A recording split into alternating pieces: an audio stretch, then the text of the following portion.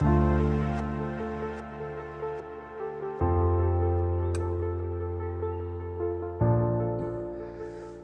to the Shaman Stories podcast. I'm your host, Jeremy, and with me today's guest is Jeff Granville, the founder and president of mindfulpresence.org. Welcome, Jeff, and thank you for coming today. Thank you, Jeremy. Thanks for having me. So why don't you tell the people a little bit about what you do today with your practices and a little bit about who you are? What I'm doing today is offering mindfulness, coherence, and controlled breathing practices for pediatric patients, families, and care providers in the Western medical industry, industrial complex, I should say. And I have extended that to the general public once COVID started. And I had been working as a practitioner for the Center for Healing Neurology here in Seattle. And most recently, I spent time preparing a teenager for procedures that need to be done medically. And people with fear of needles, fear of anesthesia, fear of enclosed places like an MRI. I actually was just at Seattle Children's yesterday with my grandson, who was having some MRI done for a bone cyst, which is something I didn't even know existed. But really, what I do is focus on what about us, what mechanisms of us can we use, biohack, to create a state of receivership. Because regardless of what we need to go through, whether it's an interview or a surgery or a relationship conversation, if we're triggered in fight or flight or angst, we're in that protective mode and we're really closed off from the downloads of consciousness from divinity. So the podcast that I've had and interviews that I've done is called The Physiology of Our Divinity. How to biohack the physiology of our divinity so that we're an open system instead of a closed system. And that's really what I do. I work with people who are facing challenges in their life. And the term I use is we must become the eye of the storm to fit through the eye of the needle. And the eye of the needle meaning a singularity, something happening in our life that once we go through it, will never be the same. And if we're upset or angry with God or angry with our employer or our loved one, that conversation is not going to go very well. We're full of human windings, ego, egoic, puff up personality. And in order to really get through the eye of the needle, through that singularity, like the initial procedures my son needed to go through in his diagnosis. So that's really what I do. And I love it. I absolutely love meeting with people that are in angst over something, a lot of nervous energy, and coming up with that aha moment that opens us back up again to a new possibility. Oh, that's definitely fascinating, and I definitely want to touch up more on that. With this podcast, though, we're going to start a little bit earlier. I like to start people with their childhood, see what it was like, and eventually we'll talk about the journey of how you got to where you are today. Wonderful. So, what was it like for young Jeff growing up? Did you kind of do mindfulness? I mean, mindfulness itself wasn't really a pulp culture naming convention, I want to say, at least for the past 20 years. I think it just now started really taking off. So doing stuff like this as a kid? Wasn't even a word in my upbringing. I wasn't even aware of it. I'm living in Seattle, Washington right now, and that's because of through Seattle Children's. But I was born and raised on an island in the San Juan Islands, Fidalgo Island, in a small town of Anacortes. And I was the youngest of three kids. My mom and dad divorced when I was 10. My mom raised me solely. And I was brought up with that really the big contradiction of religion versus spirituality. And on my mother's side, the matriarch side, they were all about Mother Earth, Father Sky, respecting the native cultures, getting along with indigenous people, all inclusive, walk the walk, don't even talk the talk, just your actions are everything.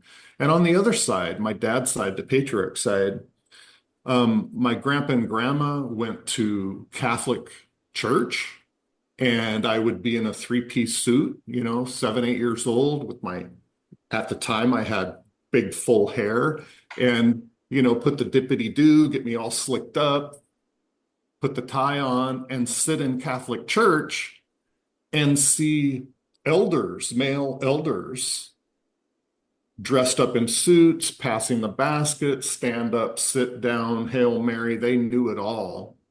But yet, after church, they would gather behind their cars, open the trunk and open the whiskey flask and take a drink and brag about the women they had cheated on. And I'm standing there next to my dad, and I'm like, that's my mom, right?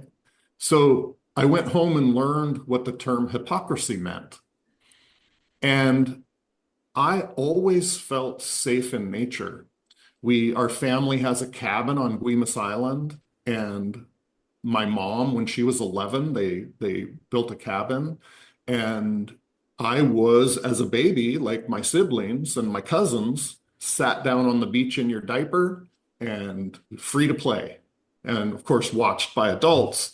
But I had a fairly violent home life with my older brother. Um, and I would have to flee for safety, and nature always received me. And I was able to get out in nature and lay on the forest floor and look up at the trees and not even think or believe, but absolutely know that I was being watched over, that I was part of something bigger. And laying in the yard, we used to, all of us, a bunch of kids would lay our sleeping bags out under the stars in the summer and sleep out many, many nights of the summer. And I remember laying there and thinking about infinity, of how, if I got, I grew up in the 60s, born in 61. So it was space race. It was, all about astronauts and jets and, rockets and stuff. And I thought, well, if I got in a rocket and I traveled in that direction, it would go on forever. And I could go in any direction. So it immediately gave me that sense inside of I didn't know the word then, but a singularity, like inside of me is the center of my universe. And I don't remember hearing that from anybody. It's just kind of something that came into me. But then I thought, well, my friend over here and my sibling over there, they're the center of their own universe, because the same thing would be true about them. So I felt safe in nature. I felt seen and held. I felt connected. I felt ancestors. I'm fifth generation from Frago Island. And it gave me the real distinct contrast between an established religion or medical system telling you how to believe versus knowing, the experiential knowing of spirituality. So I grew up in that. And through my research, I found that's amazingly important for mental health. Yeah, that's very interesting too, because it's almost you were that dual life. One side's pretty shamanic to a point, and then the other side is very modern day, Western, completely logical, only forward thinking, Yeah. and Yeah. it's also very feminine on one side and very toxic masculine on the other side. I don't want to say divine masculine because that's a lot of that's masculinity that's gone wrong. That's that it's not the true masculinity that we want to shoot for. and, cheating on the wife and drinking and saying one thing and doing another. I consider that the toxic masculinity. Absolutely. Absolutely. And I had a very good negative example of that. And it made my choices very clear. And yeah, it's a duality. It's a stance of duality, just like our two brains. I mean, we literally have two brains in our head, and our left brain is all ego, and this is me, and I'm separate from you, and this is a table, and this is a microphone. But the right brain is all about inclusion, openness, connection to divinity and source. And we have that when we're balanced in that. It's called lateral integration, where we're balanced right and left brain, and we carry that forward. That's kind of the whole idea of physiology of our divinity, is to be balanced, heart-centered, grounded. There's the insula, which is the neural tract that connects the brain and the heart and the gut and the root, our energy centers, our chakras. And then there's lateral integration. So if you're heart-centered and grounded, but something triggers you into fight or flight, then you're not open to divinity. And that's really the basis of everything I do and study. So it is that duality. I had a really good example of that duality when I was young. And it's kind of like we get triggered and go to work, and we have an aspect of ourselves to deal with that. And then we get home and we shut everything off, and we're our true selves, so to speak, right? So we can shift back and forth based on who we're around. And that's healthy to a point, as long as it's not too far divided. But for me, as a child, I would switch from one grandparent who was all, mother Gaia, father sky, and peace and harmony, perfect example, and then bam, to the other side. So it was a big shift. It was a real polar distance between the two. So it sounds like you found the balance, but I mean, I'm sure there were challenges at times with that. I mean, was it like a constant back and forth? Was it every summer you went to dad's place and you stayed with mom? Or was it just like everybody kind of lived in the same neighborhood, so you're kind of going back and forth? No, yeah, it's when my dad left, I didn't hear from him for a while, and I really had to press to get time with him. And he was fun. I mean, there was a lot of fun. We did things and enjoyed things and stayed up late and cooked steaks on the beach and did stuff like that. We had a lot of fun. But when I was 12, he decided, well, you're going to be busy with your friends now. So he pretty much ignored me. I didn't really see him again until I got into high school, and had success with sports. And then he wanted to be right there. So it was all egoic, definitely egoic. So there was not much back and forth in my preteens and early teens. It was pretty much just being raised by my mom, but constantly having that triggering thought of that aspect of my father that can come in and, create havoc at any time. And with that, I'm sure there was also the that child desire to, obviously you want to please your father, you want his love, you want his affection and his attention. And so how did you find balance within yourself when you are more towards the way you're raised by your mom, but then you're trying to also fit in for your dad? Did you have a hard time balancing that? Does Great, it make sense? great question. Yeah. Well, like I said, well, there's a saying I made up, a Jeffism of nobody is absolutely useless.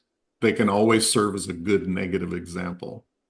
So after my dad's passing, when he was no longer available to disrupt my life, I really settled in on, 4 or 5 really good things he taught me, positive things.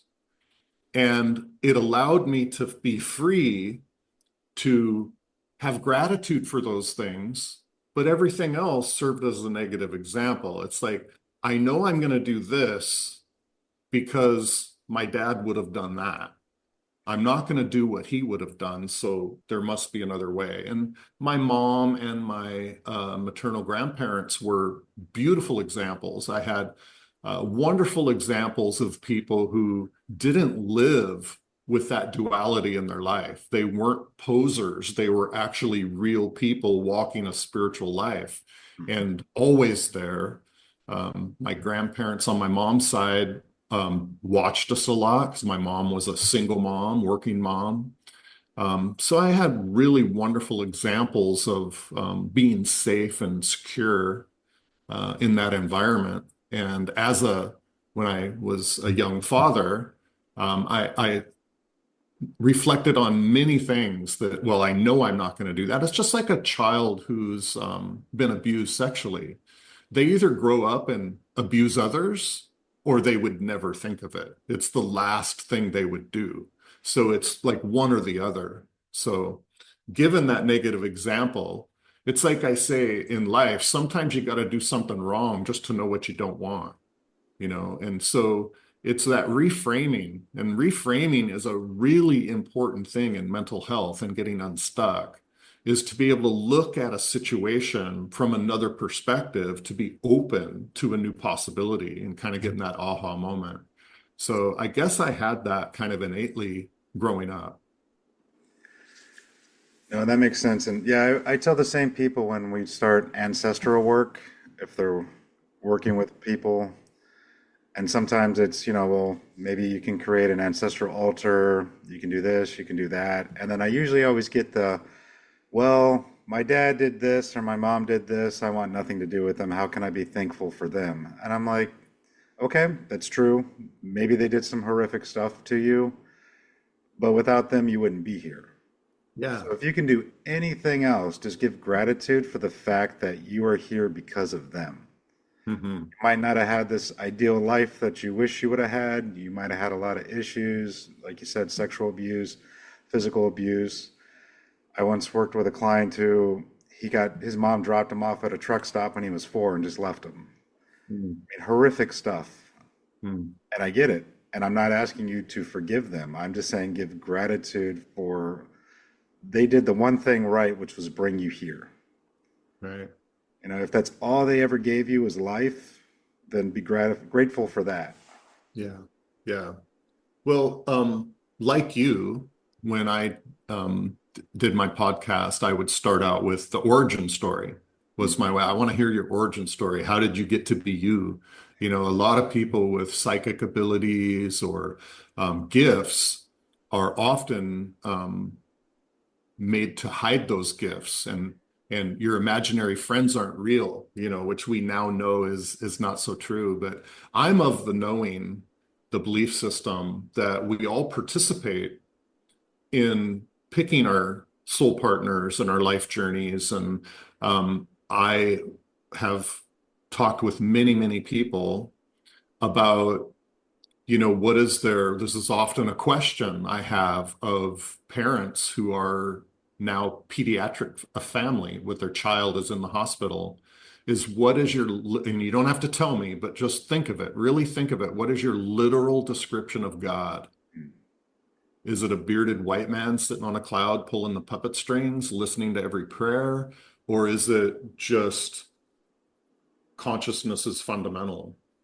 God is everywhere and it's in us and all that. So usually, as it was in my case, those type of beliefs are, just shattered to their core. And you have to have a new understanding of your alignment to source and spirit.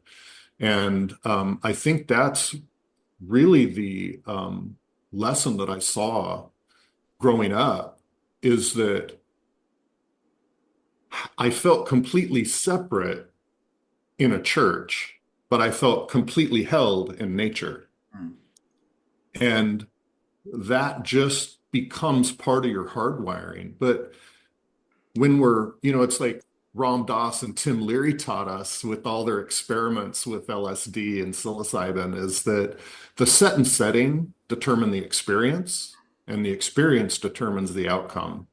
So we're born into a set and setting with parents and grandparents and siblings and where we're born and what year it was and what the belief systems of the society and culture were, what you're exposed to. Those are all part of that origin story where you have kind of I call it God's thumbprint in your DNA of who you are. Like I'll be bald when I'm older and I've got blue eyes and things like that. But as we learn through like Bruce Lipton in the biology of belief, most of how we show up in the world is epigenetic, above genetics, and that's dictated by our environment.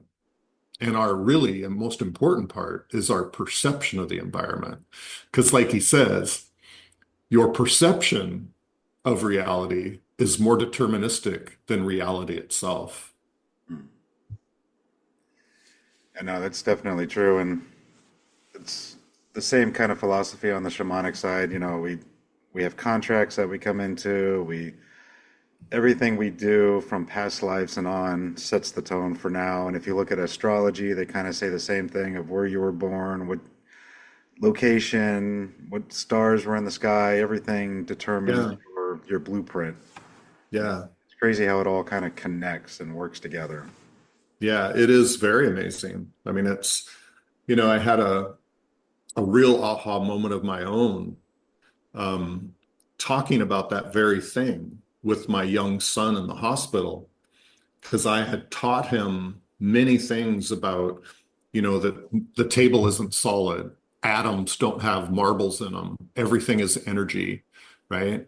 And we're made of stardust. The atoms in our cells are from ancient stars in the galaxies. And he said, "Oh, that's why we are like our star signs." This is when he's 5 years old. He said, because our soul comes through that constellation and picks up atoms and becomes your DNA in your body.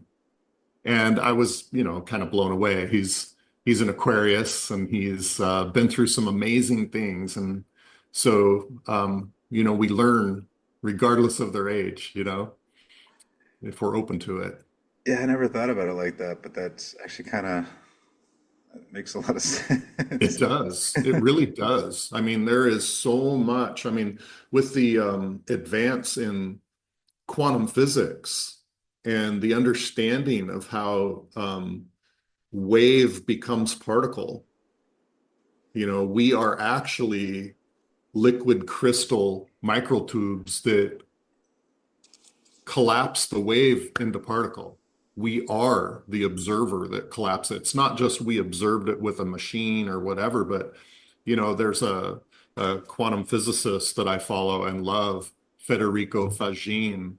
He's actually the inventor of the microchip through Intel, and he patented the touch screen for all our devices. He's amazing, and he's of the belief and the knowing that consciousness is fundamental, and he actually says that we collapse wave to particle in our heart, and it really resonates with me because I've posted that the human soul enters the 3D human world through the human heart. And he even goes to the point of saying that the human heart creates space and time in the 3D world. And it really, really makes sense because if have you heard of heart math? You're aware of heart math at all? No, why don't you explain? Yeah, anyway, it's kind of a side note. We don't have to go there, but their screen shows our heart rate variance of our autonomic nervous system over time. So the heart rhythm creates space, and as it goes beat to beat, it creates time.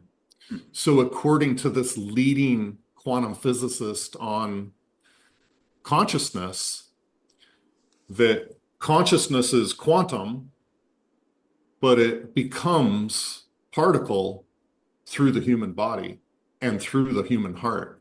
And that's how the soul enters the human world. And it resonates with me. Interesting. So let's move forward a little bit with your timeline. So we have your childhood, high school. You said you did some sports. So what led you to what you're doing now? Did you go to school for this? Were you studying just Mm. to be a doctor? What was the overall plan, after high school? No, no, plan. That's a fun word, isn't it? Um, well, I was a high school graduate.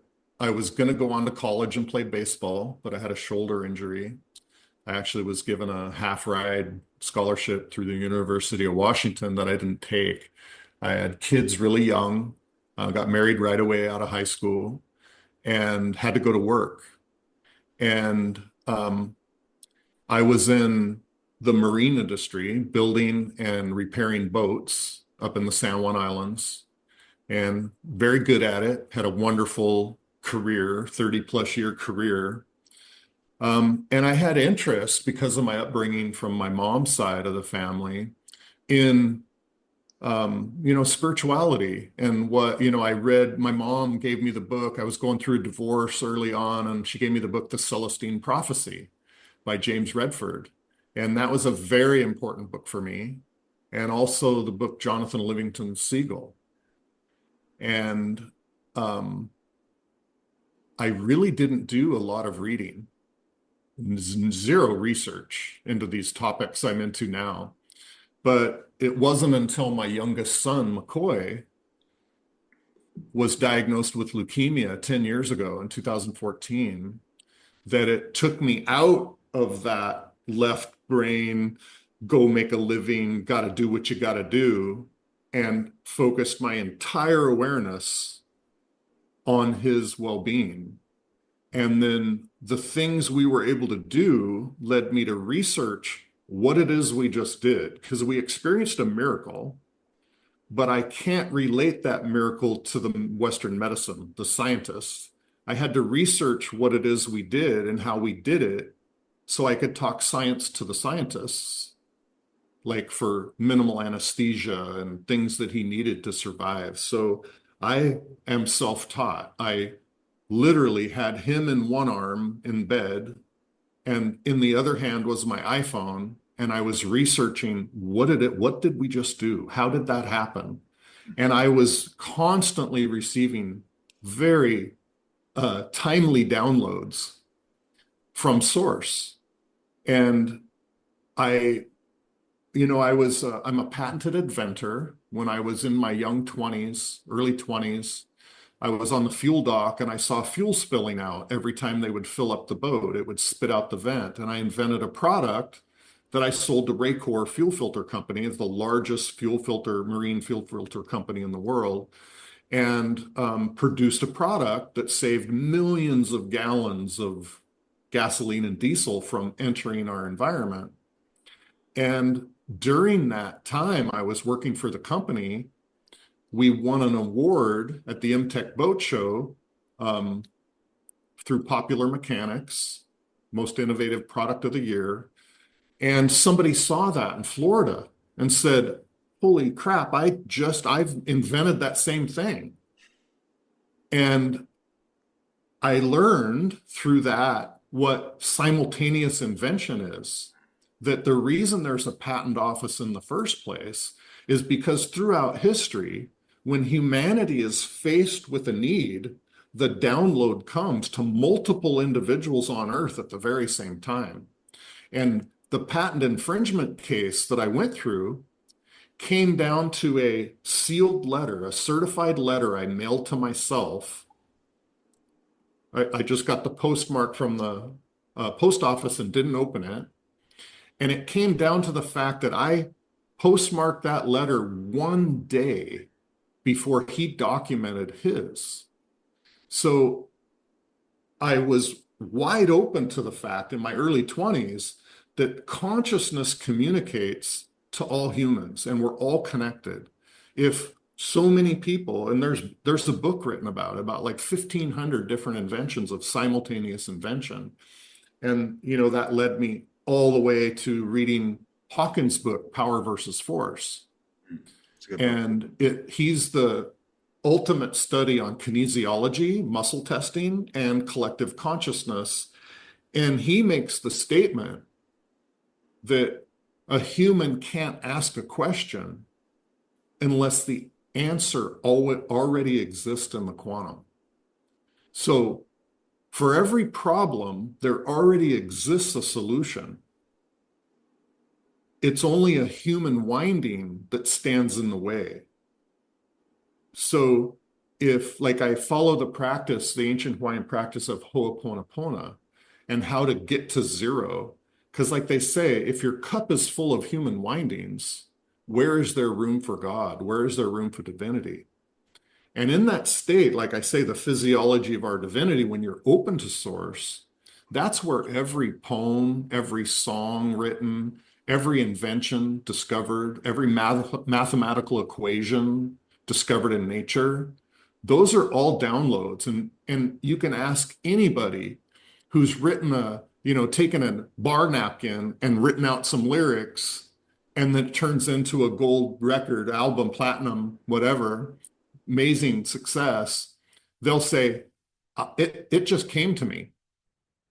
It was a download. It just started playing in my head, right? So consciousness, when you are, that's why there's so many songs about breakups in country music.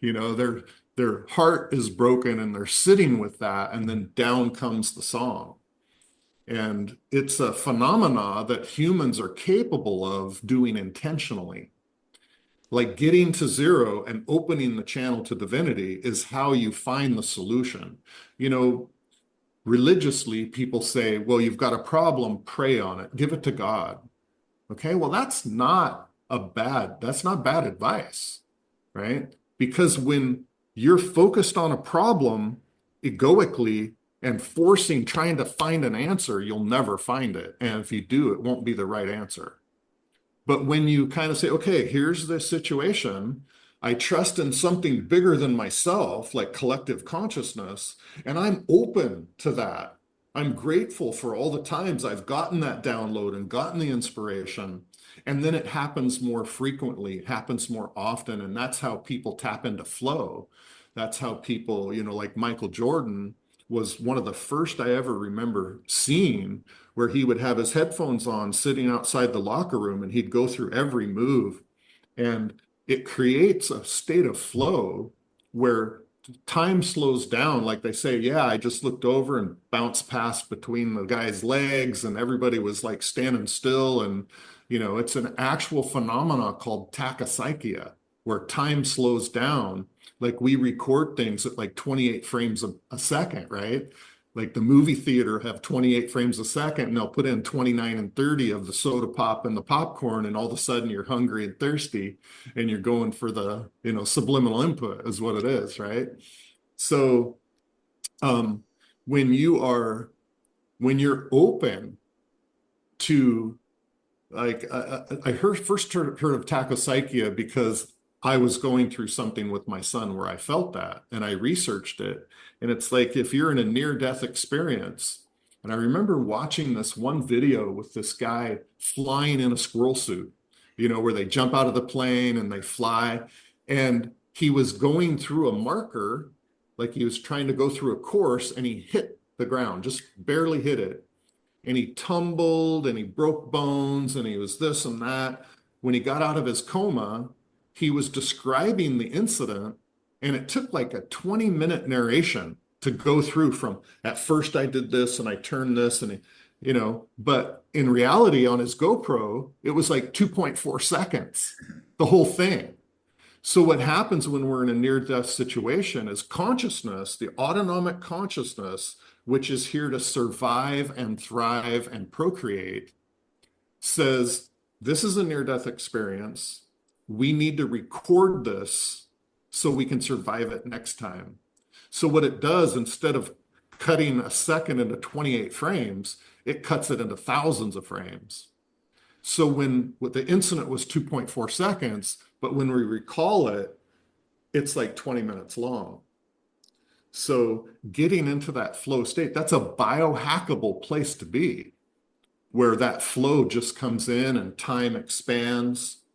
Like when we're doing something we love, 3 hours go by, we hardly notice. But if we have a list of chores that we don't want to do, it takes forever, right? So we experience that tachypsychia in everyday life, but it is a biohackable state of flow we can get into.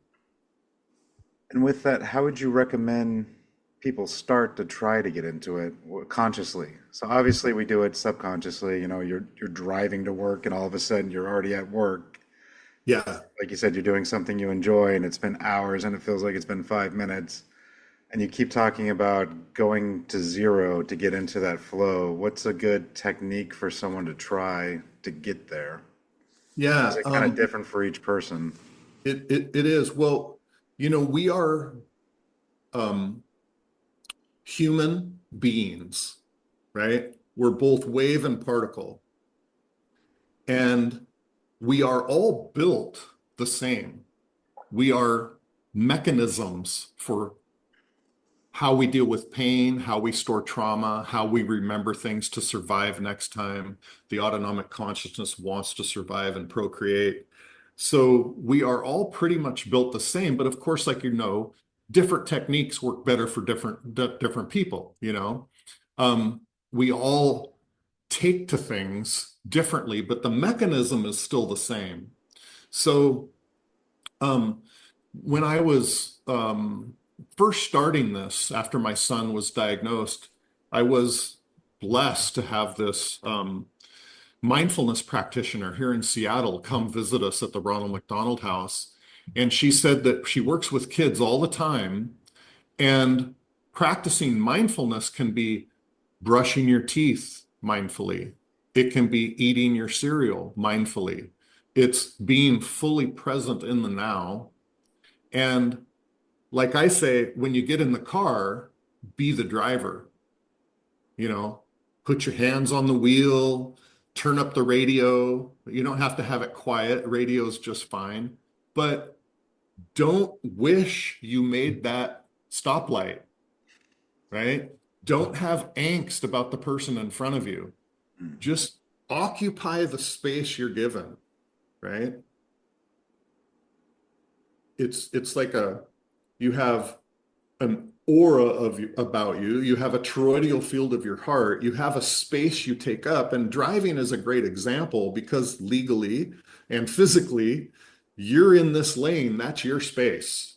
If somebody cuts you off, it's their fault. If somebody rear ends you, it's their fault. If somebody changes lanes, it's their fault, as long as you stay in your bubble, right? So before you move lane to lane, you have to be fully aware because the lack of mindfulness is the number one cause of accident and death in the world. Taking your mind off the ball, off the road and turning the knob or picking up your phone or being distracted, not being fully present in the moment is the number one cause of death and accident. And I tell people all the time, you're going to love me or hate me for this, but if you cut your finger or stub your toe or shut your finger in a drawer, think immediately, what was I? Where was I? And you were on autopilot. Like you say, you all of a sudden you're home, you're driving your car and all of a sudden you're home. You were somewhere else and you were on autopilot. And that autopilot can never do as good a job as you when you're fully in the moment.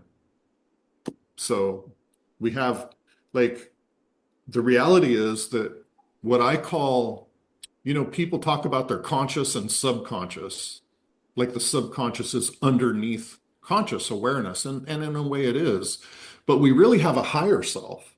Mm. So I call it like the autonomic nervous system takes care of growing your hair, your thyroid, your metabolism. The hair stands up on the back of your neck when someone's sneaking up on you. It's watching your environment and it processes 50 billion bits of information continually, but your conscious mind can only process 50 at best.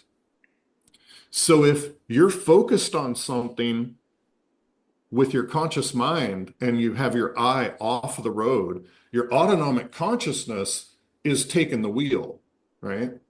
And you're never as good, like your autonomic consciousness doesn't have your ability to focus like you do. It's looking at everything, and you have your qualia, you have your senses.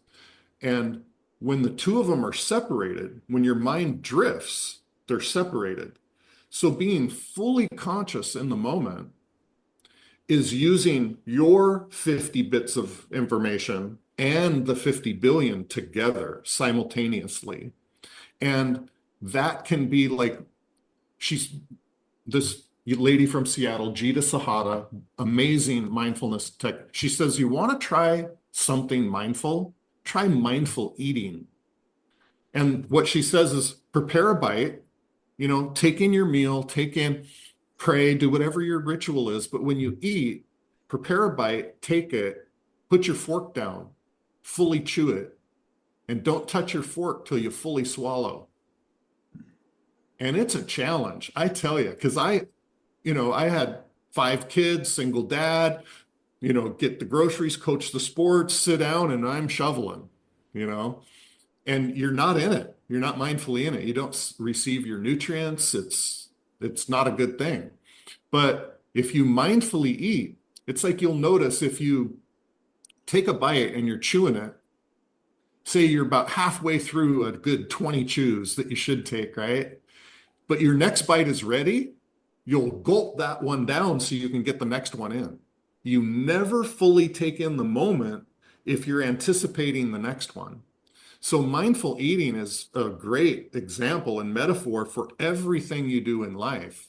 Like fully be in the moment before you're looking ahead at the next one. I'm gonna have to try that because I never really thought about that one either. I mean, growing up, basically whoever got done first got what little bit of seconds were left because we didn't have a lot of money when I was younger. And then I worked in restaurants. You got to be quick. You got to eat. So Yeah, in the military, you got to be quick. You got to eat. I never actually considered not picking up the fork and eating and it's hard. bite at a time. It's really hard because years and years of being in a rush takes that away from you. And when you're not mindfully eating, you're not absorbing your nutrients. You are not chewing your food. Um, Being a mindful eater is an amazing practice to start with. It's interesting. Yeah. For me, just sitting down to eat would be a good step. Well, there you go, right? Everybody needs to start right where they're at. And, that's such an amazing point you just made because um, one of the key things to healing is being honest about where you truly are. Like if you're going to start an exercise routine and you say, oh, I used to be able to do 50 push-ups, and you jump down there and grind out 11 of them, and you're like, oh well, I'm better than that. I can do better, whatever. You're not being honest about where you truly are. You need to just really own that ground where you're at, mind, body, spirit, and just start from there. I've got books back here where people talk about, you know, um, there's a book by James McCartney, a local guy here that's passed away, and it's called Crisis to Creation. And it is an amazing book because he was a labor and industries expert to get people back to work because of course they don't want to pay the disability insurance. So he did a study of how some people heal and get back to work and some people don't. And people who are not, like if somebody's injured and in a wheelchair and they're not honest about where they truly are, then they'll never recover, they'll never heal. And he says consciousness constantly creates. Whatever you focus on is what it'll create. So if you say, and there's an example in the book, a multi-billionaire, CEO, head of multiple boards, wife and kids don't even know him. He's running wild, traveling, living that multi-billionaire life and running businesses. And then he has a life event that cripples him. But he became close to his kids, close to his wife, repaired because he was honest about where he was. And what they say is if you focus on what you don't have, like if he would have focused on, I don't have use of my legs and I'm bitter about that, then you'll get more of that, right? But if you're honest about where you are, yes, I got here because took my eye off the ball. I wasn't taking care of myself. I was rushing, pulled out in front of somebody, boom, right? I wasn't owning my turf, my spot in space, right? So he actually says in the interview that if he could go back to the life he had, out of the wheelchair, healthy, multi-billionaire with a horrible relationship with his wife and kids, he wouldn't trade it. He'd pick the wheelchair every time. So that's an important part about healing is people need to, and I don't mean like, okay, I always tell people, you might believe the diagnosis, but you don't have to believe the prognosis, right? Yes, somebody has cancer, but that doesn't mean they're going to die in 6 months, like they tell you you will, right? So it's a matter of, being honest about where you are, but not owning the limitations of it, because we can create from every new point, every moment of every day of the week, every week of the year. We have the ability to start right where we are and change. And like you said, how can people start? The first thing that's required is awareness. If you're not aware of mindfulness and what can it do, then you're not going to apply it. If you don't understand it, how can you then make adjustments? So I have this formula of transcendence, how to transcend being stuck. And it's awareness, understanding, and adjustment. Because you can't make a right move if you don't understand the problem. And if you're not aware of the problem, how can you understand it? So being true about where you're at and being aware of what the possibility is. Like the people that I meet and visit with that are homebound, that can't even stand the light of day because they flip their lid. The autonomic tension is so high, the allostatic load is so high that it takes one aha moment in the company of a care provider, an empathetic care provider, that can co-regulate their anxiety down to a level. And this is now new information on neural correlates that light up between care provider and caregiver. What we know about heart coherence and spirit and source is now being documented by fMRIs miles apart. Is that once that person feels felt, that's the first step towards healing. And when you have an aha moment, you can transcend any situation you feel stuck in. And feeling stuck and having ruminating, looping thoughts about that is what keeps us in that left brain stuck position, being closed off in that protective mode, fight or flight, versus being in the physiology of our divinity and open to source, open to the downloads. Then you've got that aha moment that changes everything. Once people see and feel that there's a way out, then it's a path you can follow. Yeah, in my lineage, we call that like you're living in the story. We all have these stories that we've created from childhood, and then with those Yeah. stories, that determines how we get triggered later on. So we work on trying to reset those triggers for people and having them identify their stories.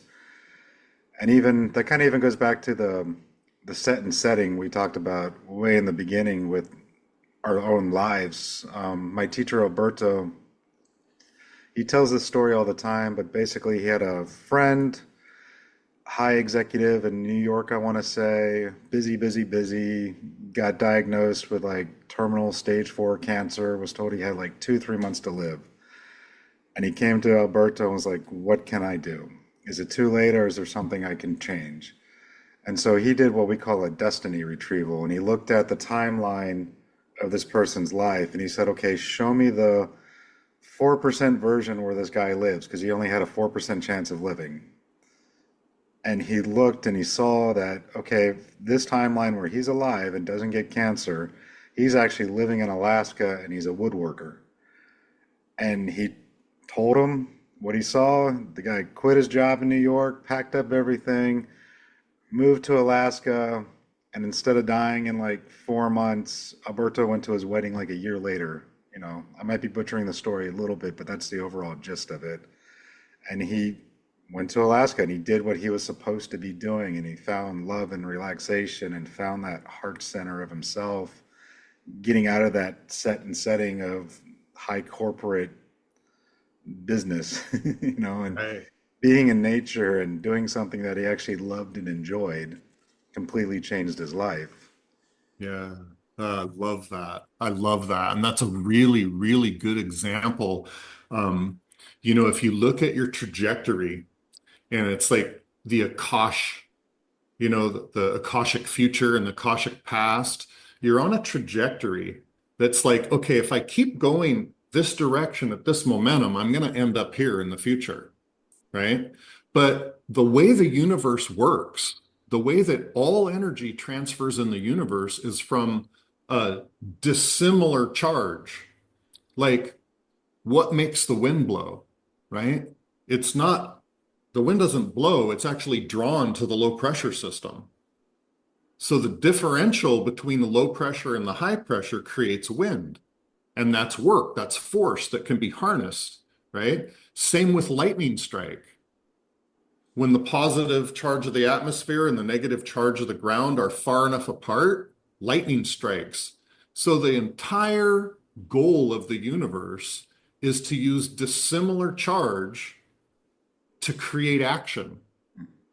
And it's a new alignment. It's always trying to find homeostasis. The universe is always working. And on the earth, we see that all the time with electromagnetism, with water flow, gravity.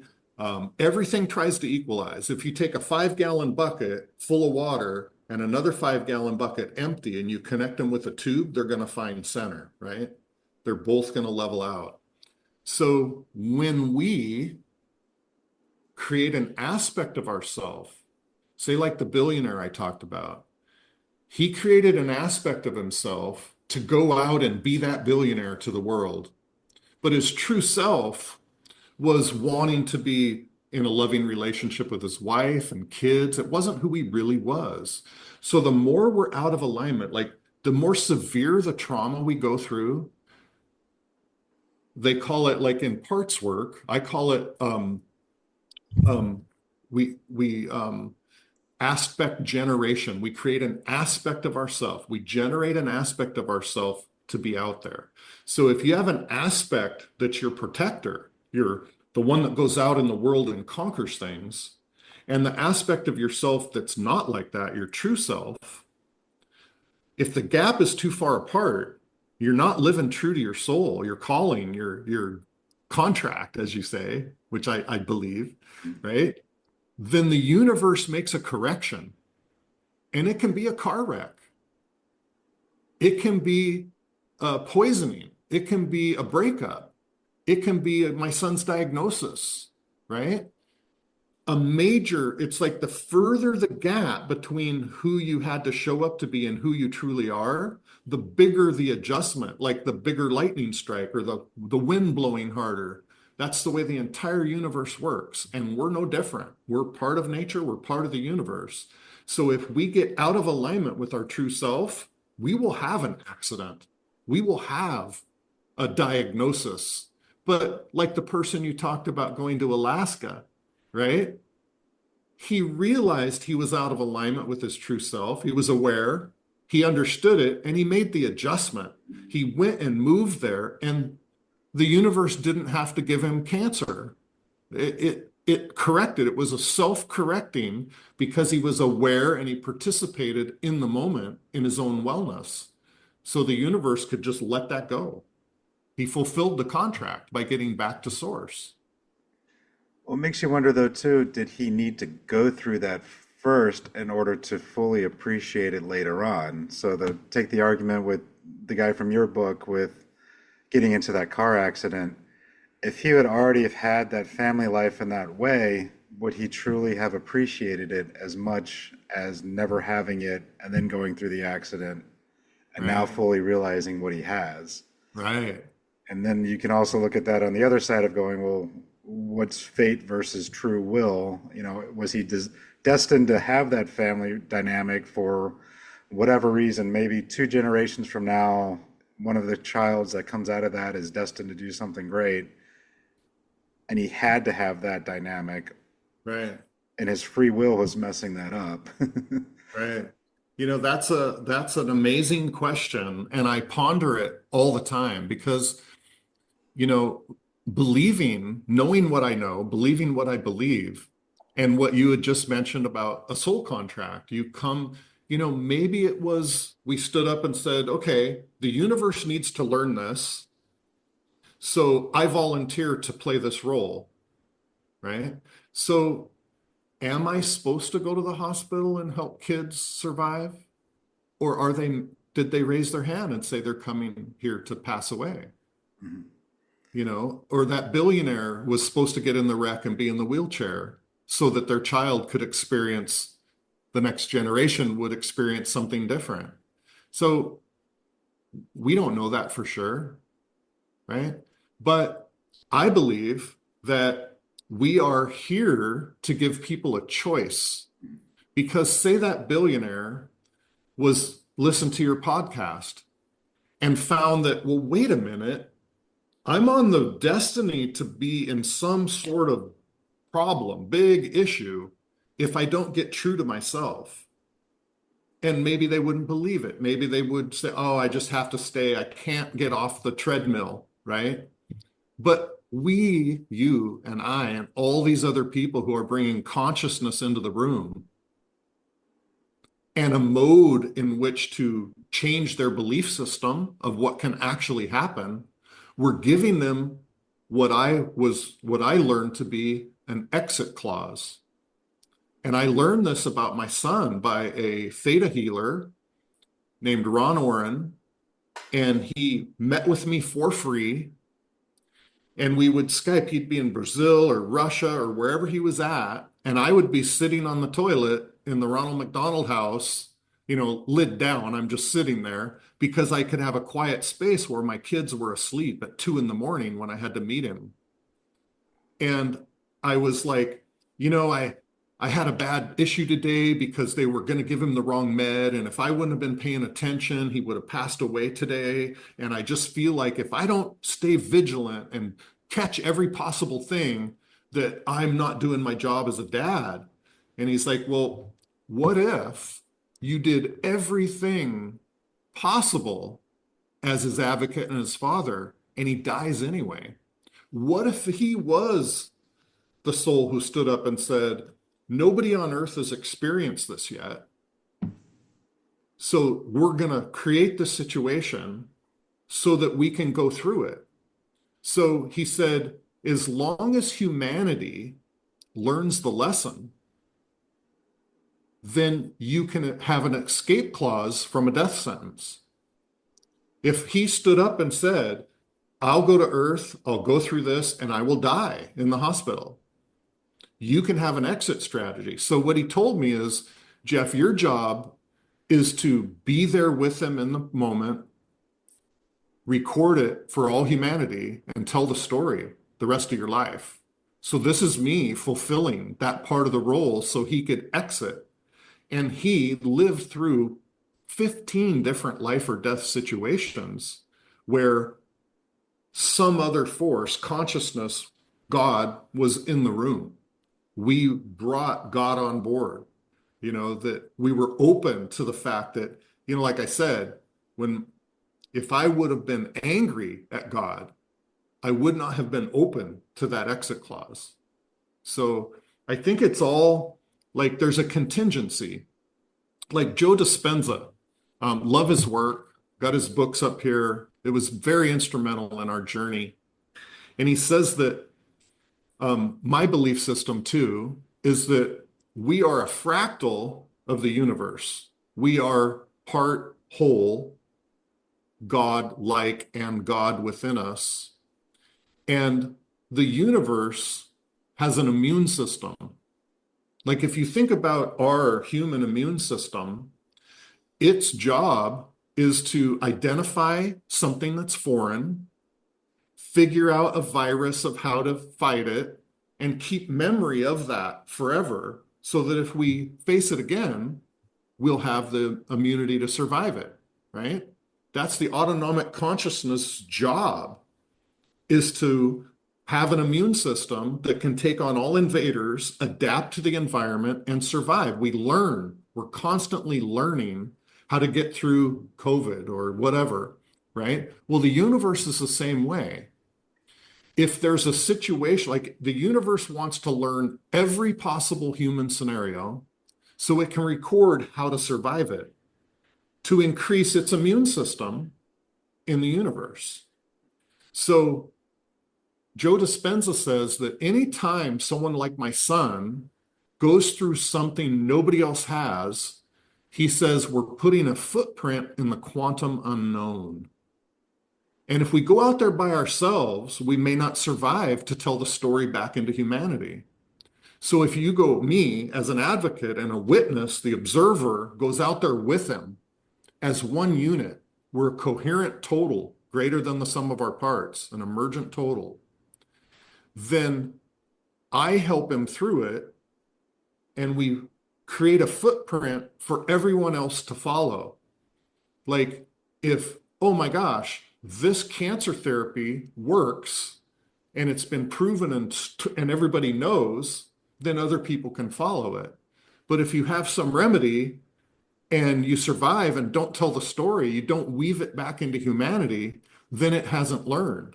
But it's like the quorum sensing and the 100 monkey thing. You know, once a certain level of humanity is capable of it, it's capable for everybody. So I think that's what we're here to do. It's like they say, a duck is a carrier of duck DNA, right? Our entire job is to procreate. We are a time entity, a time structure, billions of years old. You know, like every generation is adding to the DNA and the knowledge of the previous generations. And we all go back to an original DNA that came out of mycelium, right? One of the original structures is mycelium, and it has awareness, networking abilities. It can cure humanity. And it's all a single cell, one single cell. There's no brain, it's all consciousness. So it's an amazing thing. Let's go back a little bit towards your son and the journey there. So you Yeah. mentioned you were using mindfulness practices. Sounds like a little bit of theta healing. And I have to ask too, like, did your son survive, or was this more of a lesson learned for the consciousness? No, he survived and he thrives. He's Let's hope doing so. everything they said he wouldn't be able to do. He's 14 years old. He's a freshman at Roosevelt High School, and he is getting straight A's, a B now and then, and he plays fluent guitar, which is something they said he would never do because he had multiple passes of radiation over his brain. And they said he would lose all higher cognitive abilities. And as time went on and his peers grew, he would flatline. And now guitar is one of the best things you can do for integrating lateral integration of the brains because you're working right and left hand independently. So you're engaging different sides of the brain. You're in a coherent space and you're in flow, right? So that's one of the things they said he'd never be able to do. So yes, he's thriving. Nice. I was hoping so, but I wanted to Yes. make sure. Yes. And so with that, what kind of else things were you doing for him to help him get through it? So I mean, it sounds like he got the radiation, so maybe Western medicine helped a little bit in Oh my this. gosh, yes. Yeah. And I say it's a team. And that's the real thing about integrative medicine is that we're integrating all the ancient cultures, all the knowledge of coherence and everything we've talked about into Western medicine. Like, I don't think that if I would have wrapped him in a blanket and took him in a cave and meditated, that he would have healed from leukemia. He had a really rare, dangerous genetic twist to T cell leukemia. So his T cells were programmed to ravage and kill every cell in his body. And it was extremely aggressive. And yeah, so what I did to help him when he was 4, about 10 years ago this month, actually, the 28th of December, he was swollen in the face and he was having trouble breathing. And I took him through the doors at Seattle Children's Hospital and helped him through breathing oxygen and getting a IV placed and a lab draw to test his blood. And they pulled me outside and said, well, your son's white blood cell count is over 400,000. He has leukemia or lymphoma, but we can't tell which.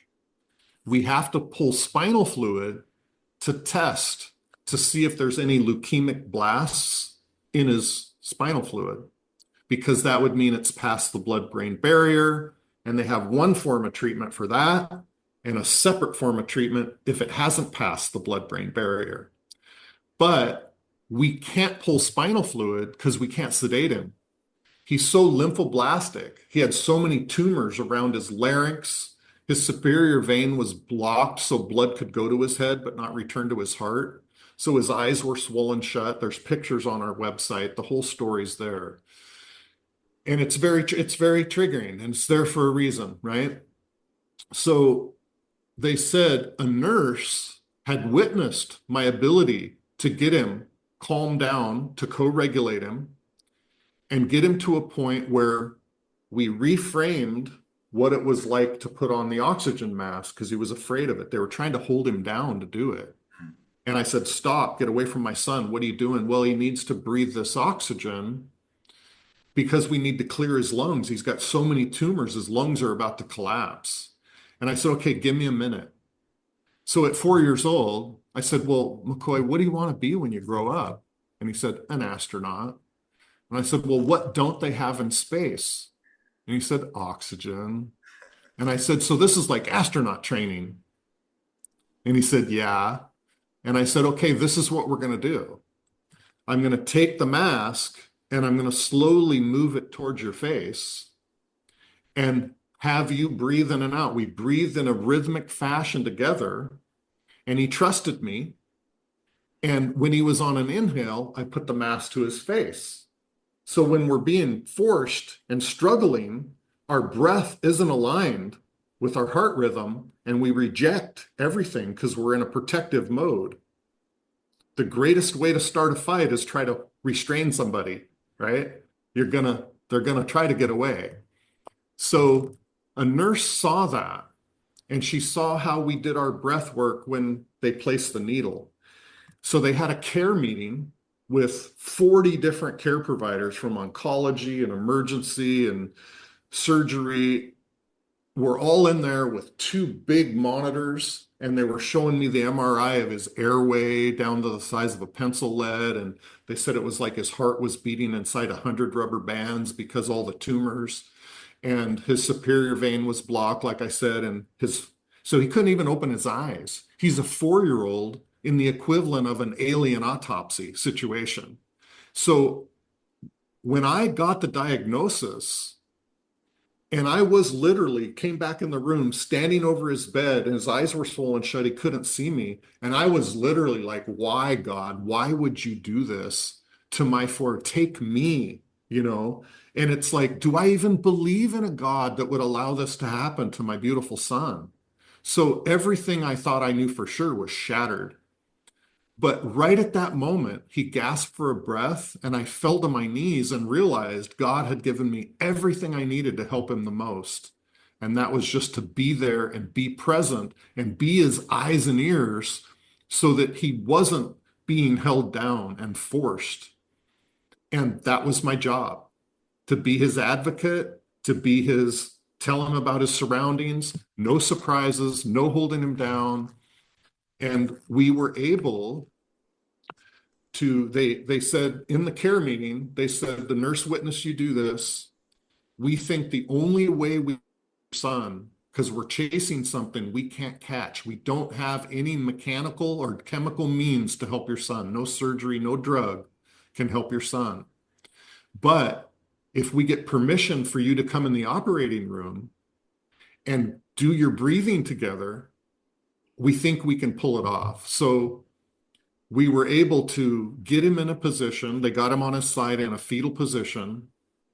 And there was like, again, 40 people in the room in case he crashed. And they were holding him in the fetal position so his vertebrae was open. They had to stick a needle through the nerves around his spine, which are the most sensitive in the body, and draw 3 vials of spinal fluid. So I said, don't hold him down. Lay hands on him, but don't restrain him. And I just talked him through it. And I gave him a visualization of the river we had floated when he was 2 and 3, and how the water was sparkling with the sun, and how we skied down the mountain for 2 years, and the powder, he called it pow pow, would come up onto him. And I just gave him the visualization. And I innately knew how to do that. And this is where I was taught that I got the download I needed to be the dad I never had at the same moment that I was getting the download of how to help him the most. So we both elevated, we both took that quantum leap together. So as long as we were a coherent total, an emergent total greater than the sum of our parts, and in the moment, I was getting download after download of what to do for him to help him the most. So they were able to put the needle between his vertebrae, pull 3 vials of spinal fluid, and he never batted an eyelash. And everybody in the room cried. And I said, did you hear that, McCoy? They did it. And he just went like that. And everybody started laughing, tears to laughter. So the head of surgery, Steve Standich, who's a bishop in the Mormon church and head of surgery, like, hi, I'm Steve, and I'm going to save your son. You know, this is just an amazing person. And he came in the next day and he said, what I witnessed last night was the greatest form of parenting I've ever seen.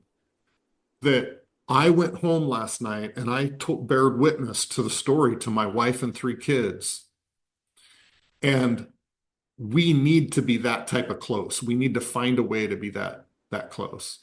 And he encouraged me to continue researching and to tell the story and to start a nonprofit. Like the nonprofit I started was inspired by all of the clinicians that witnessed these miracles. And the final one, because he had a bone marrow transplant to get through cancer, to get through the leukemia, but the medicine they gave him attacked his kidneys. So he went into renal failure and had to be on dialysis for 27 months. And he finally was able to receive a transplant. His mom, thank goodness, was the donor. And he received a kidney transplant a month after having his left kidney removed. In November, in December, they removed his right kidney and transplanted his new kidney. And he was able to go through an 8-hour kidney transplant without an epidural, 0 pain meds, and was released from the hospital in 9 days, where it takes grown men and teenage, big, strong football players a month to manage their urine, to eat their food, to go to the bathroom, because they're all on opiates.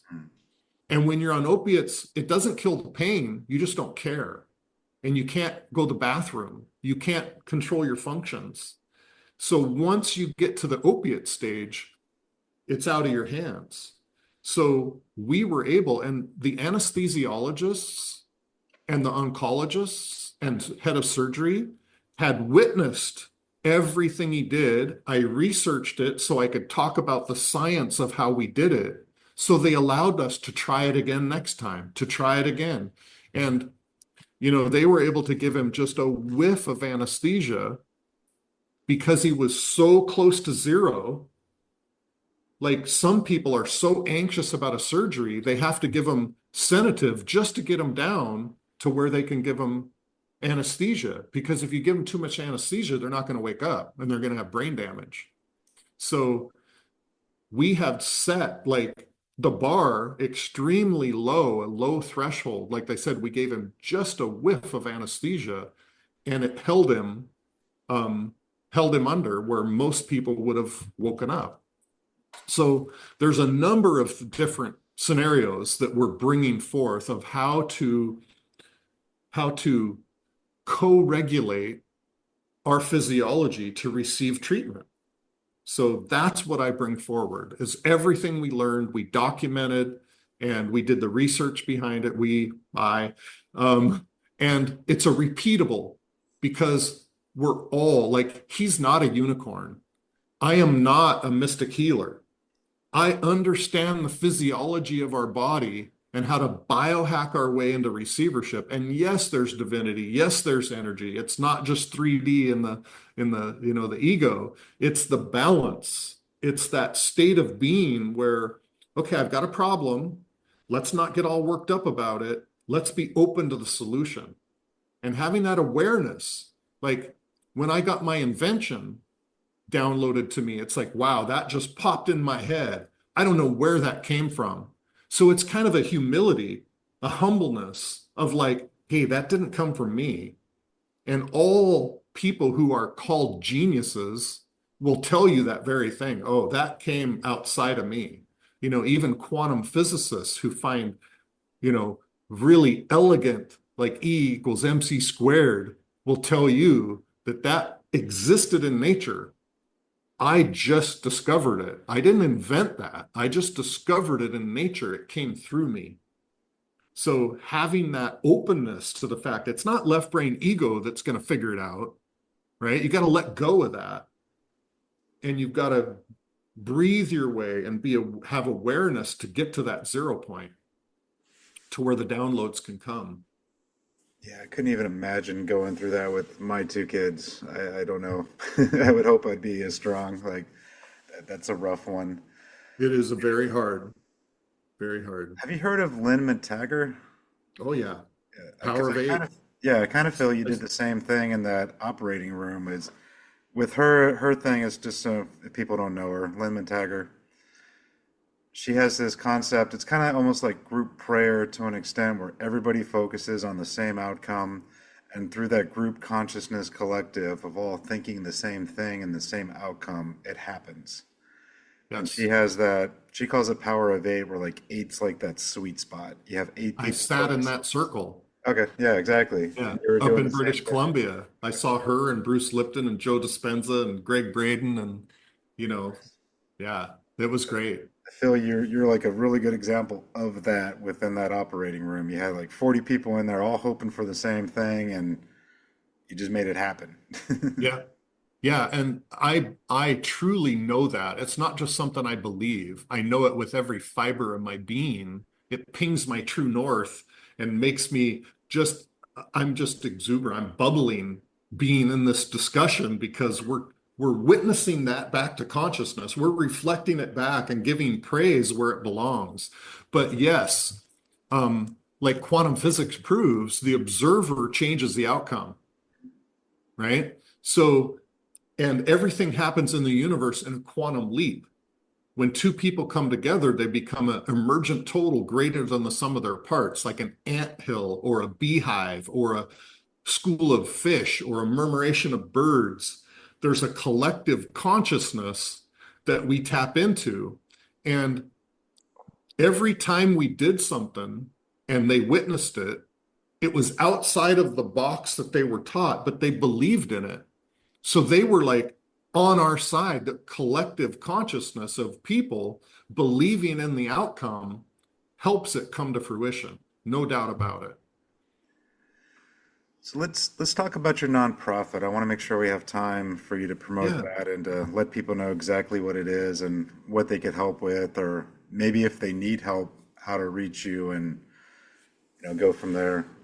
Yeah, absolutely. The nonprofit is Mindful Presence, spelled with like gifts with TS at the end of presence. and it's a .org. It's an actual 501(c)(3) in the state of Washington. It's been alive for 8 years. And our goal is to receive donations through private and corporate sponsorship so that we never have to charge people in crisis.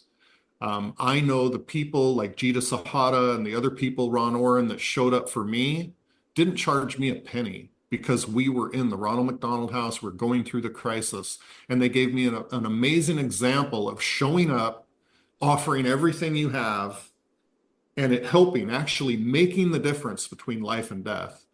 So what I do, if you go on the website, mindfulpresence.org, you'll see all our treatments and therapies, what we offer, and controlled breathing. There's videos available. There's all kinds of information about mindfulness and the science behind mindfulness and coherence and heart math and all these things.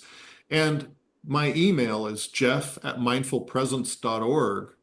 And I take calls, emails directly, and I have a clinic space here in Seattle where I can bring people in and put heart math on the screen. I've got a massage table to do body work.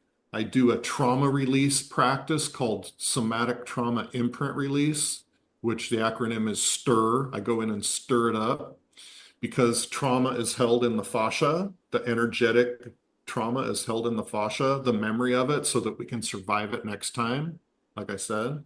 So once we don't need that stored trauma anymore, it becomes chronic and affects our health in a negative way. So releasing that trauma has proved to be a turning point for many people that have been stuck, like I said, like shut-ins. And I do a mild form of that with like kids. I had a mother and daughter in here in my clinic the other night. They had heard about me through somebody else on a podcast. And they said that my daughter needs treatments and she's afraid of needles, high anxiety, ring in the hands, red. And we did one session of heart math showing her that she can create homeostasis in her body by a certain breath work. So again, awareness, understanding, and adjustment. And in a 1 hour session, she's now wide open to getting her vaccinations she needs and the therapy she needs intravenously. And it's just, it's like we get wound being afraid and we can't see any other possibility. But once I show them how to biohack their way and they see it on the screen, oh, that's how I feel when I'm in balance, when I'm in homeostasis, it locks in and they're able to recreate it by practice. And then I've helped many kids learn how to get through like scary procedures, needles and shots and IV therapy, chemotherapy. It's just stating that, creating that state of receivership for whatever needs to happen. And do they let you go into the hospital with them if they need it? Or the parents, are they opening that up now that you've kind of already set the trend for that? So it's not Yes, just by absolutely. themselves? And um, prior to COVID, I had a program going in the Ronald McDonald House, and I had a program going with Seattle Children's Hospital, and I had an outpatient. I'd go to people's homes through the Center for Healing Neurology here in Seattle, and I was giving monthly seminars through the Center for Spiritual Living here in Seattle. Then when COVID hit, of course, everybody had to change to a virtual reality.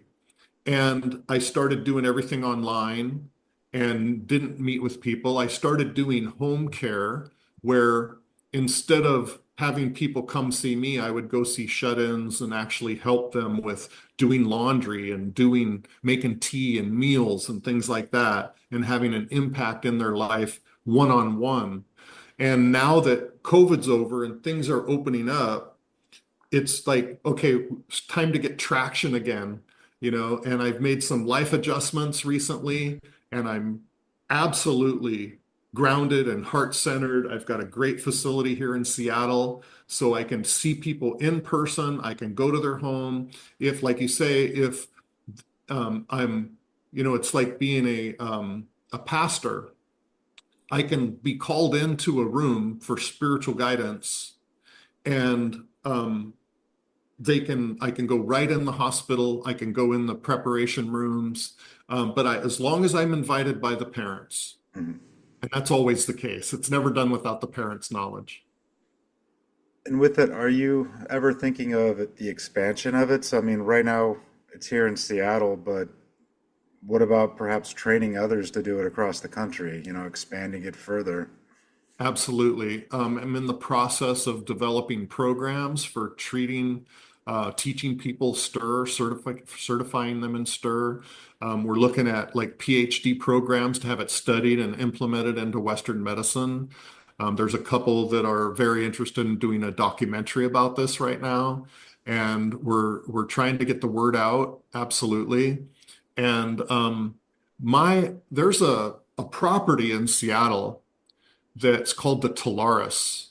And it's right across from Seattle Children's Hospital. And I would venture down there for a walk when I needed to get out for a little bit. And it's abandoned, but it's like almost like pressure wash and paint turnkey ready to make into a retreat because my vision is to have a facility that can house people and have them go, like if they get a diagnosis of leukemia, they can get their treatment off site from the hospital because the hospital is a triggering place just from the lighting, the smells, what you're going to face and how they do it. Like if you aren't ready, they'll hold you down, right? And because they've got a schedule to meet. So our model is we want to create an environment where we can really integrate these ancient practices and with modern technology and only give them what they absolutely have to have. Like their code is first do no harm, right? But yet all they really have is surgery and chemicals. So, like I tell people, if you get hit by a bus, there's no better place to do it than go to a Western medicine emergency room. If you need a surgery, if you need diagnostic work, if you need imaging, they do wonderful at that. But chronic care, they're the worst in the world, Hmm. right? We are 26th in the world for surviving childbirth with everything we have available and billions we spend more than anybody else, 25 countries survive childbirth better than we do. So I'm involved in a birthing program. I'm involved in clean water around the earth about releasing trauma from Mother Gaia, right? So, yeah, uh, where else? What else? I mean, that's a lot of lofty goals right there too, and I hope people do check you out and at least donate and help out with the cause because it sounds like it'd be Yeah, great. And yeah, I'm in the same mindset when it comes to Western medicine. It's like, yeah, I broke my arm, cool, fix it. But when I got out of the military, I had shoulder issues, back issues. Nobody could really tell me what was wrong with me. They were just saying surgery at some point. And 90% of it was just going to a chiropractor, eating better, taking care of myself better, and a lot of my pains went away. And I yeah, noticed they come back when I'm not taking care of myself. absolutely. And And it's that is how we're built. It's the mechanism. It's like, I've heard many people, even doctors, say that, oh, yeah, I got a cold because I just wasn't paying attention. I got a little bit of a flu because I was run down. I was going too hard. And this is just nature's way of making me take a time out, right? So that plays into what we're saying about being out of alignment. And the further out of alignment, the bigger adjustment you need to make. Instead of a little cold for a few days, it might be a car wreck or there might be a sickness, a diagnosis. And as I was going to say about the Talaris area, when you asked what should happen around the world, is that I would like that to be the world headquarters. And there should be a mindful presence offering at every children's hospital in the world. There's 1,200 of them. So I would love to franchise this. I would love to be able to produce um, so if we isolate in an area like the Talaris, where people can come and their whole family can be there and they can get treatment in a low stress environment, we can then show isolated that with this diagnosis in the Western medicine, the standard model, we can get better results with this mode, then they could actually adopt it and integrate it into Western medicine if we can show better results. So my first step is the clinic space I have here. I don't charge people that are in crisis. They can come to the free clinic. And like if you go to the doctor, they have 7 minutes to talk to you and write a prescription or a referral to a specialist, right? And what we want to do is have people come in and say, okay, why are you feeling anxiety? Why are you feeling stress? Let's eliminate that. Let's show you how to breathe properly. Let's show you a new mindset, a new way of showing up in the world. Let's try those things first before we just go to a chemical or a surgery. Because, like the saying goes, when all you have is a hammer, everything looks like a nail. Mhm. So when you go into Western medicine, they say, well, we could cut that out or we could kill it with chemicals, but that's really all we have to offer. And we're not going to let you go because, we got to have patients coming in through the door to keep the lights on. So we need to have these type of clinics everywhere where people can be evaluated with this type of human technology, our innate ability to become well, like the man who went to Alaska became well, right? You change your lifestyle, your eating habits, you feel better. So let's try that first. But not everybody's open to that. There's so many people, especially here in America, that just want to get a pill. If you say, okay, we can suppress the symptoms with a pill, or we can actually fix the root problem by changing your diet and lifestyle and all this stuff. They're like, just give me the pill. A lot of work, Well, Jeff. maybe those people are supposed to live that out, right? But there is a growing part of humanity that is so dissatisfied with Western medicine and big pharma that they're now open to these, and it's so well documented. I mean, these type of modalities are so well documented by academia. I mean, look what's happening with plant medicine. You know, the plant medicine towards trauma is the number one research grant available. 80% of every research dollar being spent is towards integrating plant medicine into mental health. So it's changing. I mean, it's changing. We're at a perfect time for this to be coming forward. Yeah, it's getting there. I wish it'd be a little bit faster. I just recently talked about this on the last episode about plant medicine. It's like they're researching it. They know it works, but we're not going to give you the plant. We're going to give you a synthesized version of it, that Yep. fake chemical version. And it's like, no, just grow the mushroom, you know, Yeah. grow the vine, grow what you need Yep. instead of making these chemical versions of it, which, yeah, they might help, but I don't see it lasting long term with a lot of people who do the chemical version when they microdose versus the Right. people who take the real deal. No. No, and that's the truth about what's going on. I mean, like, um, MDMA is the furthest along in FDA approval, but the FDA and psilocybin's following close behind. But the FDA won't approve it for medical use unless it's through a licensed practitioner.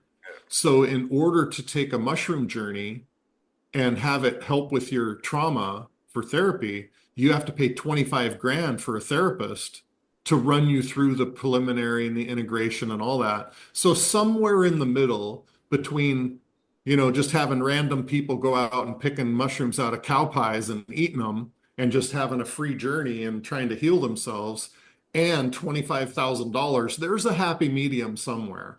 Yeah, And and you want to make I sure know, your facilitator knows what they're doing and has had experience with it. I've actually hosted some mushroom th ceremonies. Interesting things can happen. We've never had anyone die or get hurt, but there's been some interesting times where if I didn't look at things from a shamanic practitioner perspective, going, okay, what do I need to do now? yeah, I might have just been like, oh, I don't know what to do and just take off. right. Or, you want someone who's dealt with things and been able to train with it. And that happens a lot too in like Peru and South America. People go down there for ayahuasca, which I think is great. but they're going to these like fast food versions where the people aren't trained, they don't know how to handle things, they're just trying to make a quick buck, Right. and it's And that's what gives that modality a bad name, yeah, right? And even with that, like I'm fortunate here in Seattle because marijuana and psilocybin are legal and you can use them on your own without consequence. And as long as you don't charge for what you're doing, they have no license over you at all. But again, it's the set and setting that create the experience, and that experience creates the outcome, whether it's a bad journey or not. And then, of course, the biggest part in the end, besides the preparation, is the integration over time and giving yourself 90 days to 6 months to really fully integrate the journey and close the gap. And that's the thing, because what mycelium does in the ground is it connects living organisms and supplies information and nutrient change between trees. It's the networking. And in the brain, what it does is when you have a thought pattern that's stuck, it integrates, it modulates the network in your brain. So all parts of the brain modules are firing together and it takes away the restrictive path. So it's inside your brain networking information and blood flow in your brain, just like it does in the ground with plants. And right now, it is, like I said, 80 cents out of every dollar for research is going to psilocybin. It's doing for humanity was it what it does in the ground and in the brain of humans is it's connecting Western medicine, big pharma, and psychology, mental health. So it's closing the gap between science and spirituality. It's closing the gap and networking Western medicine with integrative medicine. So mycelium, it's so amazing because Paul Stamets, who's local from here in Washington, right up the road from me, he's talking on Joe Rogan and he talks about how, mycelium, they use yellow mold and they set up in Japan, they set up a mock city. And here's the bus stations, here's the subway, here's this and this. And they put rewards of food in those places. And then they put, like, we want to avoid this traffic area, we want to avoid this. And the mycelium made a better network than the engineers did. So they're redoing some of the city and it's making those connections. It has the ability for consciousness to network things in a more efficient way. And that's what it does in our brain, and that's what it does in humanity. yeah, and that's the common reaction I think with anyone who's ever done psilocybin mushrooms is you just feel connected to everything too when you actually take them. It's like you're Yeah. connected to the trees, you're connected to the people you're with in the group, like everything, and you understand it all that everything's connected, and it's very peaceful and it's an amazing experience to definitely try. But of course, in the right setting, at the right place, not at some crazy concert, like out of nature, like in the right spot, the right context Yeah. for it. Yeah. Yeah. And what I love about it is that, when we get stuck from being afraid or triggered or angry, or, we get stuck in the left brain and we don't laterally integrate, we don't connect. And this left front of the prefrontal cortex is where the identity of self is, and it's stuck in ego mode. So it quiets that ego and then networks to other places in the brain. So we're more laterally integrated and we're more, there's the front of the brain, the thinking self, and the back of the brain, this cerebral cortex is and the cerebellum is our autonomic nervous system, our innate, lizard mind of like react and survive, right? So it's connecting the thought brain with the reactive brain. It's connecting the ego with the divine. It's reconnecting pathways that were stuck. And that's, when I work with people, the commonality with everybody with anxiety, depression, suicidal thoughts, and ill health is they have looping thoughts, right?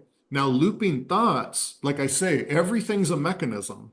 And if we can be aware and understand, we can make an adjustment. So if we're aware of the mechanism that makes us stuck, we can backtrack that to unwind it. Like there is, when you have two synaptic connections and you're going to have a thought go through those connections, there's a pathway, just like a lightning strike in the brain. When you see a snake, it's the same lightning strike through the brain. All these places get lit up to react, right? So when a trigger happens and you have a thought, that thought stays and loops as long as there's danger present. Like if you're assigned to be in charge of the fire at the mouth of the cave to keep the wolves out, you want to continually think about keeping that fire going. You don't want to fall asleep. You want to keep that going. So that neural connection, that neurotransmitter will stay there and make connection until you're in a calm place. And then there's actually an enzyme. It's called monoamine oxidase A, and it's produced by the MOA gene. And when you're in a calm state, that enzyme goes up and it breaks that connection of the neurotransmitter and you quit having looping thoughts.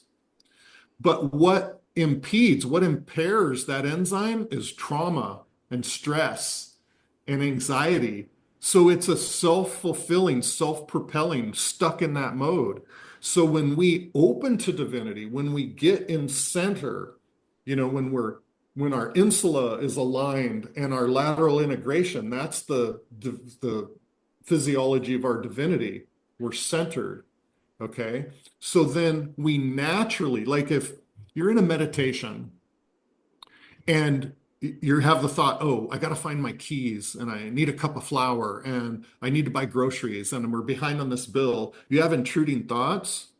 If you try to banish those thoughts, you're feeding energy to the negative, right? So the way our system works is that one side will inhibit the other. So if we're looping left brain thoughts, it's absorbing all the blood flow and all the energy, and the right brain is impaired. It's inhibited. So we don't focus, like I say, don't protest war, march for peace, right? You put your energy towards the creative side, and then it inhibits the looping thoughts and it produces more of that enzyme that breaks the looping thoughts. So that is my technique, is that the research I do on neural anatomy and how that works is the aha moment when I show people that, hey, you're stuck in looping thoughts for a good reason. That's a survival mechanism that's now maladaptive. So if you try to force that to stop, it's just going to embed it and grain it even further. So the way that we inhibit the left brain looping thoughts is by opening up to nature, to spirituality, to community, to new information, create an open circuit, and then it inhibits the chatter of the left brain. And it's a paradigm shift for people. Yeah, there's a lot there to take in, but it's definitely I'm sorry. no problem. No, it's all good stuff. Don't Yeah. be sorry. This is actually very, very interesting. It's just a lot to take in and digest Yeah. too. And I do want to start wrapping it up a little bit because we're almost at the 2 hour mark, actually. That Yeah. went Wow. really quick. There's that tachypsychia, right? Just had a few more questions for you. These are kind of what I ask everybody as they come in, but you know, if you were to talk to somebody who's just starting out on their journey, what kind of advice would you give them? Starting out on their journey of what? Journey into spirit, journey into something more than that standard Western mindset. Kind of how you were mentioning with your dad's side versus your mom's side. Right, So right. maybe they're looking Um, into magic, they're looking into Reiki, or they're just realizing that there's something more to this universe than their standard day to day than that they've been told. right. Great question. And I always start with heart math. I always start with, the reality is in the Western world, we breathe about 22 cycles a minute. That's about a second in, second and a half out, something like that. We shallow breathe and even hold our breath. But the optimal breath rate for heart coherence and expansive thought is 6 cycles a minute. So when you slow your breathing, I have breathing exercises that are on my website and I offer them for free to everybody, is that when you mindfully control your breathing, you create coherence in your body. Your heart coherence, heart and mind coherence. Your heart and mind are in it together. You're not doing something you don't want to do, right? So if someone's stuck and they want to be open to, okay, I don't like my job, I'm unhappy. How do I get out of being stuck? Well, not by focusing on the problem. You want to be open to the solution. And the first step towards opening your physiology is breathing in a coherent fashion so that you naturally shut down that chatter and you open yourself to who you truly are. And then I go into like aspect generation. It's like, what part of you is reacted and triggered? Why, and why did you have to create that protective aspect in the beginning? So having an understanding that, you might be really reactive or be belittling or cuss at somebody or act in a way you don't want to do. And you don't need to excavate the past to clear the future. We don't need to go to a top doctor to release trauma. What we need to do is have today's consciousness in a coherent state, be open to divinity and new information. So biohacking that physiology of divinity, where we inhibit the looping thoughts and triggers of being stuck. So it all starts with coherence breathing, with heart math, and then it's a mindset. It's providing that, wow, he really cares about me. He feels what I feel. We co-regulate, and then they see an aha out. It's like I've been to every doctor. Like I have one care recipient that's been to 26 different specialists and got 26 different diagnoses and different chemicals and treatments and surgery and because everything's so specialized. So going and showing that, hey, we know what's not working and this is something new they feel and see on the screen. And it gives them that aha moment of opening up their right brain and their heart to a new possibility. And it pings that true north of their soul calling. They're back to their original self. And it changes everything. Whether it's a job interview, a surgery, or autonomic tension, whatever it is, it's all like when I worked for the Center for Healing Neurology, I had access to their files, the medicines they're taking, the side effects. But I found that no matter what the diagnosis or where they're at in life, I was treating them with the same way. So it's like, wait a minute, I don't even need to look. Like I tell people, you can tell me whatever you want to tell me. I'm here to listen to you, but I don't have to excavate the past to clear your future. All we have to do is find a way to be completely present in the now and open to a new possibility, and it will come through. The exact solution is in the quantum before we can ever have the problem. That's interesting. With we kind of do the same thing. We call it reset the fight or flight, but basically it's a breathing exercise as well, where we try to sync Mhm. up the heart chakra to the second chakra because the second chakra is synced up to the earth. Yeah, So our heart will go crazy, and we're just trying to sync it basically to the earth through our second yeah, chakra. And we do 4 4 4. So we breathe in for 4, hold for 4, breathe out for 4, hold for 4. And we Yeah. just keep doing that and doing that. And eventually you can upgrade to, 4-6-4 or 6-6-6.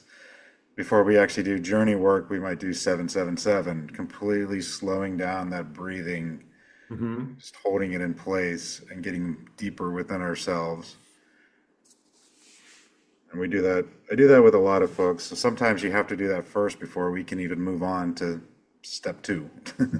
Yeah, yeah, and I love that. And there are all different kinds of breathing techniques, and the breathing exercises that I have focused on, there are reasons that I've done that, research that I've done. Like there's a lot of information about having a longer exhale than inhale, and you always want to inhale through the nose and exhale out of the mouth. And there's physiological reasoning for that.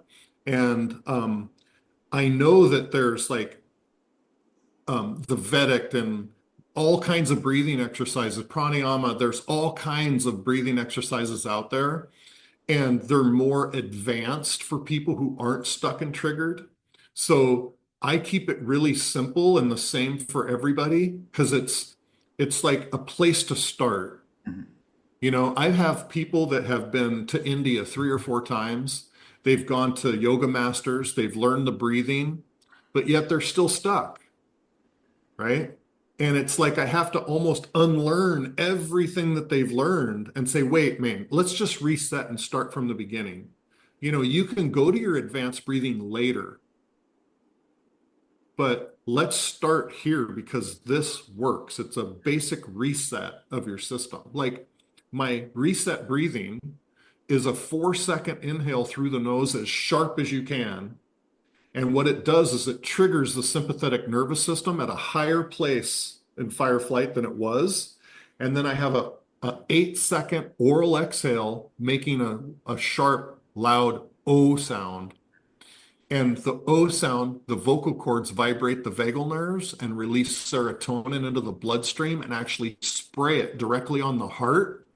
That calms the heart, lowers the blood pressure, and lowers the rate, right? So and on Huberman Lab, they said that that is the number one way to reset the autonomic nervous system. Now, he doesn't even know of my breathing exercise, but they do like a sharp inhale and then a little extra at the end and a long oral exhale. And I'm like, that's exactly like my reset breathing, just said a little different.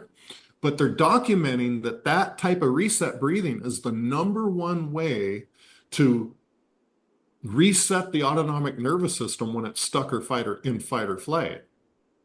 And then breathing 5 seconds in the nose and 6 seconds out the mouth with an ah sound, the vowel sound of God, is called controlled breathing, to where the reset will start the autonomic swing again, and then the controlled breathing will level it out. And then you go to your wrist and find your pulse, and you breathe in your nose for 5 heartbeats, and then exhale out of your mouth for 6 heartbeats. And you'll notice that when you breathe in, your heart rate speeds up. And when you breathe out, your heart rate slows down. So you're biophysically validating your autonomic swing and homeostasis. So they're lineal, they're done lineally. You do a reset to jumpstart it, you do controlled breathing to entrain your heart, and then you go to your pulse to follow your heart. I'm gonna have to try that one. That sounds interesting for sure. And that goes back again to that collective invention. Yeah, You all yeah, have the same idea and the same different tries yeah, across the yeah. country. It's just different language or different modality or, and not everybody's going to resonate with it. But I tell people, I say, if you can devote 30 minutes a day to your well-being, do these breathing exercises for 3 minutes, 10 times a day.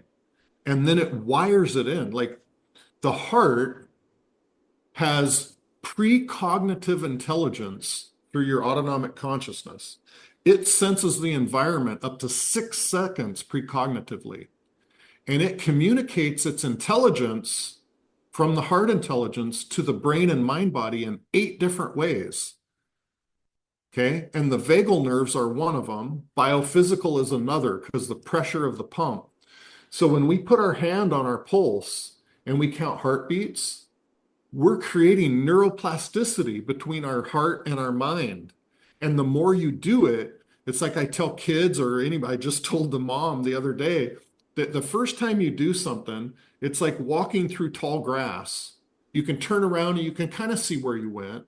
But if you go back and forth a bunch of times, it's a clear path. So, like neuroplasticity is that, when a child first reaches for the rattle, a connection is made, a synaptic connection between the desire of the mind and the movement of the hand. But the more they do it, it becomes like riding a bike or playing a piano. You just do it automatically. Okay. And you get into that zone and the flow. So that's why I'm saying if you can do it 3 minutes a day, 10 times a day, you're going to wire it with neuroplasticity into your biology, into your physiology. And then it happens sooner. You notice when you're not calm sooner. You can breathe your way back to calm even quicker and get deeper and more powerful. And you just become mindfully aware because, like I say, meditation's great, but most people go in a room for an hour and try to cure the ills of the other 23 hours of the day, right? Where mindfulness is calm during chaos.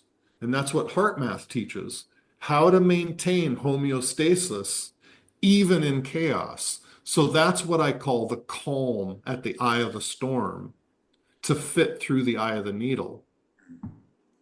So creating that calm in the body and maintaining it all day long.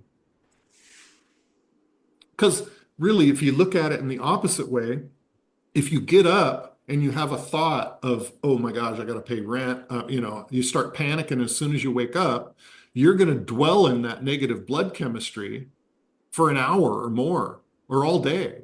And then if you go to work and have a bad confrontation, that's bad blood chemistry, bad physiology. So if that happened 10 times a day, you would have a bad blood chemistry and physiology all day long. So the reverse has to be true. So if we do our breath work first thing in the morning, laying in bed, we become aware of the human being aspect of who we are. And we know that if we lay there in bed and do our breath work, that we'll create a positive blood chemistry and a positive mindset, an open mindset. And then if we experience somebody pulling in front of us, instead of raising our fist and cussing at them, we're like, oh, I left early, so you go ahead, right? Because anger is the punishment we give ourselves for our perception of somebody else's behavior. Because if I'm angry at somebody, it's not their blood chemistry that pays the price. It's not their physiology that's out of whack. It's mine, right? It's all an inside job. It's all internal.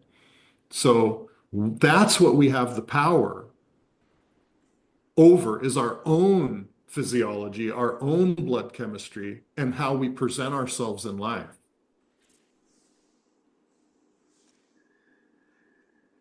It's definitely some good takeaways there. I do want to start wrapping it up.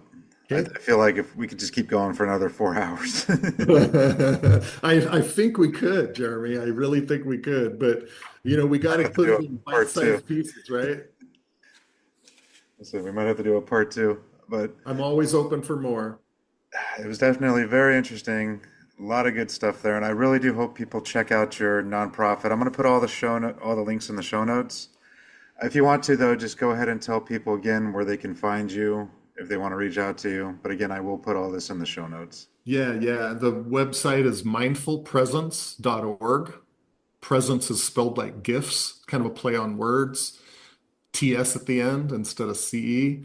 And my email is Jeff, Jeff, at mindfulpresence.org. And I'll get right back to you. Cool. So yeah, please donate, or if you need his assistant, reach out. And if you're one of those who thinks it's interesting to take to where you're at, I mean, I think this would be a great thing to expand and put out there. So the more people we have trying to do different things, I think the better off we're all going to be. That's for sure.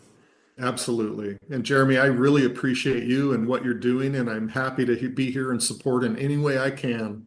Cool. Appreciate it. Thank you. Right on. Thank you for listening to this episode of the Shaman Stories podcast.